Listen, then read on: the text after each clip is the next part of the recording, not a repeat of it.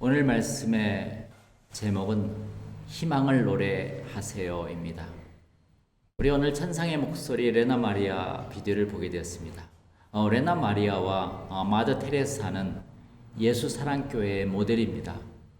이 두 사람은 우리가 10년 동안 계속 많이 묵상해 왔습니다. 마더 테레사는 희생과 헌신적인 사랑의 운동을 펼쳤고, 레나 마리아는 어려운 여건에서도 꿈에 도전하는 삶을 보여주었기 때문에 이 두 사람은 우리 예수사랑교회 모델이 된 것입니다. 우리는 끊임없이 이러한 삶을 묵상해야 합니다.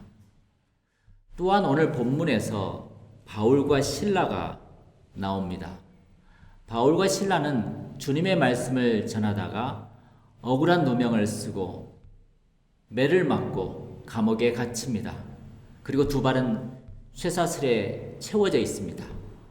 참으로 힘든 환경과 어려운 여건이었어요.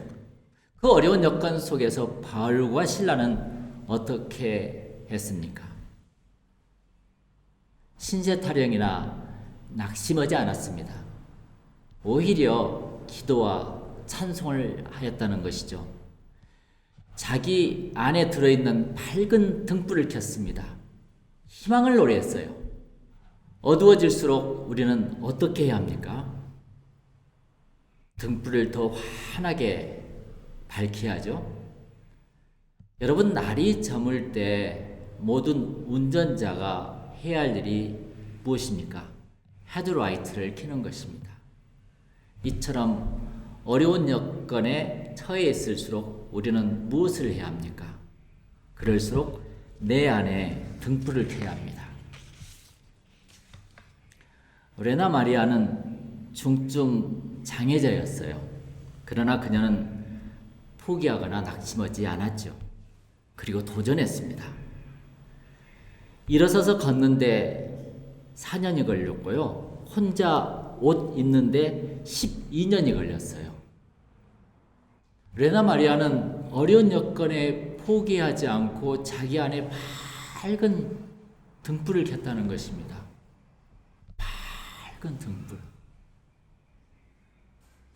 내 안에 예수가 있으면 사람은 밝아지죠. 왜요? 예수는 빛이니까요. 그래서 바울과 실라는 힘들고 어려운 여건에서도 기도와 찬송을 했습니다. 하나님은 우리들에게 좋은 환경과 여건을 주시지 않습니다. 우리들에게 광야를 천국으로 만들 수 있는 능력, 즉 밝은 등불을 주셨을 뿐이죠. 지난주에 우리는 하나님의 나라를 묵상했습니다. 바리새인이 하나님의 나라는 언제 임하나이까 이렇게 말씀하니까 예수님께서는 하나님의 나라는 내 안에 있어 하고 누가복음 17장 21절을 우리는 묵상했습니다. 내 안에 예수가 있으면 천국입니다. 믿습니까? 여러분 안에 예수가 있습니까? 예수님이 밖에 계십니까? 우리가 천국이라면 많은 사람들이 우리에게 오기를 원할 것입니다. 우리가 천국으로 변한 것이 교회입니다. 우리가 천국이면 우리의 집에 나무에 꽃이 피고 열매가 열립니다. 특히 자녀들이 잘 됩니다. 세상 사람들이 우리들에게 오면 병이 났습니다. 죽었던 것이 살아나요. 가난한 자가 부유해지고 기쁨이 생기고 사업이 번창합니다. 왜요? 우리에게 빛이 있으니까요. 우리에게 복음이 있으니까요. 우리에게 생명력이 있으니까요. 우리에게 환한 빛이 있으면 우리를 만난 사람의 어둠이, 걱정과 근심이 물러가기 때문입니다. 믿습니까? 빛이 오면 어둠이 물러가니까요. 우리가 천국으로 변하면 이 교회도 사람들이 밀려옵니다. 내 안에 예수 사랑의 등불이 밝아지면 천국이 이루어지는 것이죠. 인생을 살아가면서 가장 중요한 것은 밝은 모습을 갖는 것입니다. 오늘 바울과 실라가 갇혔던 지옥같이 어둡고 칙칙한 감옥에 천국이라는 등불이 켜지게 되죠. 기도와 찬송이 울려 퍼집니다. 그래서 거기 25절에 보면은 무슨 말씀이 써 있는 거 아니? 한밤중에 바울과 실라가 기도하고 하나님을 찬송하며 죄수들이 듣더라 그랬습니다.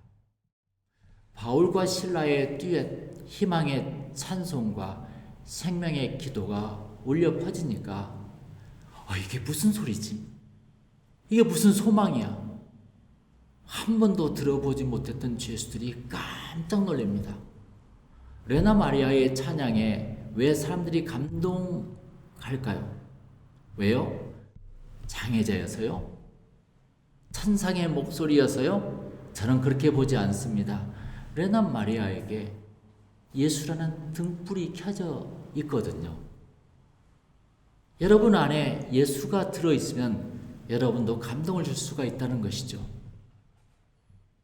바울과 실라가 바로 천국이었습니다. 그들이 가는 곳마다 교회가 세워지고 세상이 변하기 시작되었습니다. 바울은 로마에서 마지막 말씀을 전하다가 죽었죠. 그 후 250년 후에 로마 제국이 기독교 나라가 되는 것입니다. 바울 한 사람 때문에. 그래서 바울과 실라의 찬양 소리로 그 감옥의 분위기는 어떻게 바뀌었습니까? 우리 25절, 26절 보겠습니다.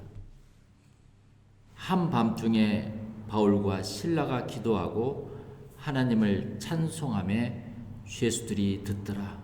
이에 갑자기 큰 지진이 나서 옥토가 움직이고 문이 곧 다 열리며 모든 사람의 매인 것이 다 벗어진지라 그랬습니다. 바울과 실라의 그 듀엣 찬양과 기도로 수천 년 묵은 모든 잡귀신들이 물러가는 소리가 진동하며 지진을 일으킵니다. 옥토가 움직입니다. 옥문이 열립니다. 그런데 더 큰 기적은 모든 죄수들의 메인 쇠사슬이 다 벗겨졌다는 것입니다. 참 기이한 일입니다. 기도와 찬양이 감옥을 천국으로 만들었습니다.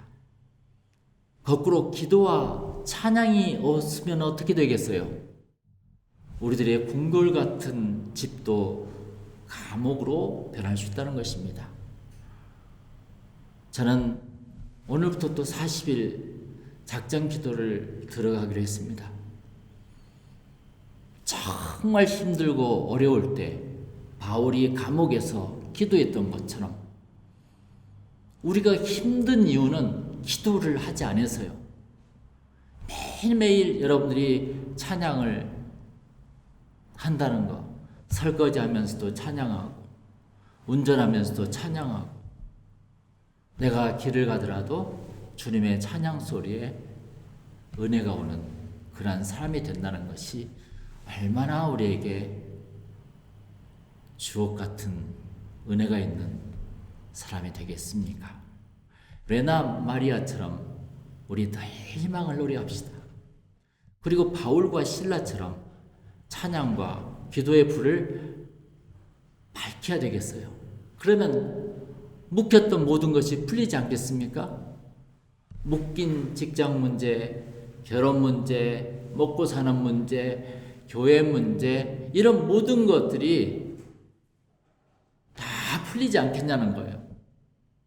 찬양과 기도하며 밝게 살아가는 것. 이것이 가장 기본입니다. 내가 밝게 웃으면 주위가 포근합니다. 내가 인상을 써봐요. 주위가 서늘하죠. 밝은 등불도 꺼지게 되고 갑자기 신호등도 불이 나가게 됩니다. 자꾸 움츠리면 자신감이 상실되고 자꾸 화를 내면 지나가던 개도 꼬리를 내리고 어슬렁 된다는 것이죠.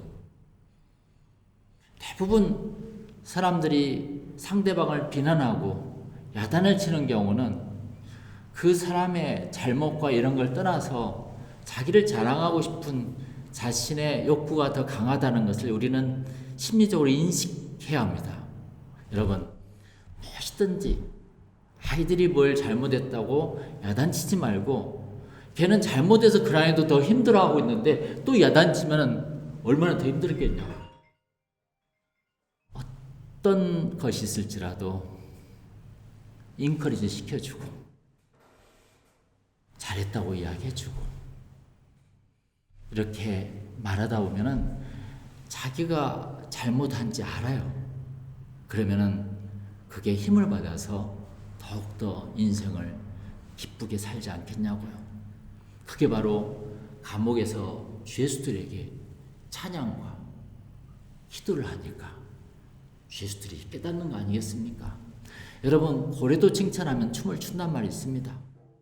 힘들수록 서로 웃어주고 밝은 웃음. 그래서 족쇄가 풀렸는데도 죄수들이 성령의 힘을 입어서 도망가지 않았다는 것입니다. 놀라운 일이죠. 여러분, 27절에 보면 간수가 자다가 깨어 옥문들이 열린 것을 보고 죄수들이 도망한 줄 생각하고 칼을 빼어 자결하려고 하거늘 그랬어요. 간수가 죄수들이 도망간 줄 알고 자결하려고 그랬어요. 어려운 일이 당할 때 간수와 같은 세상 사람들의 해결 방법은 자결이야. 그러나 바울 같은 예수 믿는 사람의 해결 방법은 뭐였어요? 기도와 찬송이었습니다. 지옥 같은 간수가 천국 같은 바울을 만날 때 어떻게 됩니까? 천국으로 변하게 되는 것이죠. 내가 천국이야만이 상대방을 끄집어낼 수 있다는 것입니다. 간수가 바울과 실라에게 엎드려 무서워 떨며 말합니다. 30절에 그들을 데리고 나가 이르되 선생들이여 내가 어떻게 하여야 구원을 받으리이까?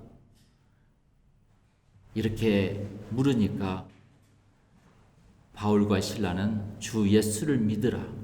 그리하면 너와 내 집이 구원을 받으리라.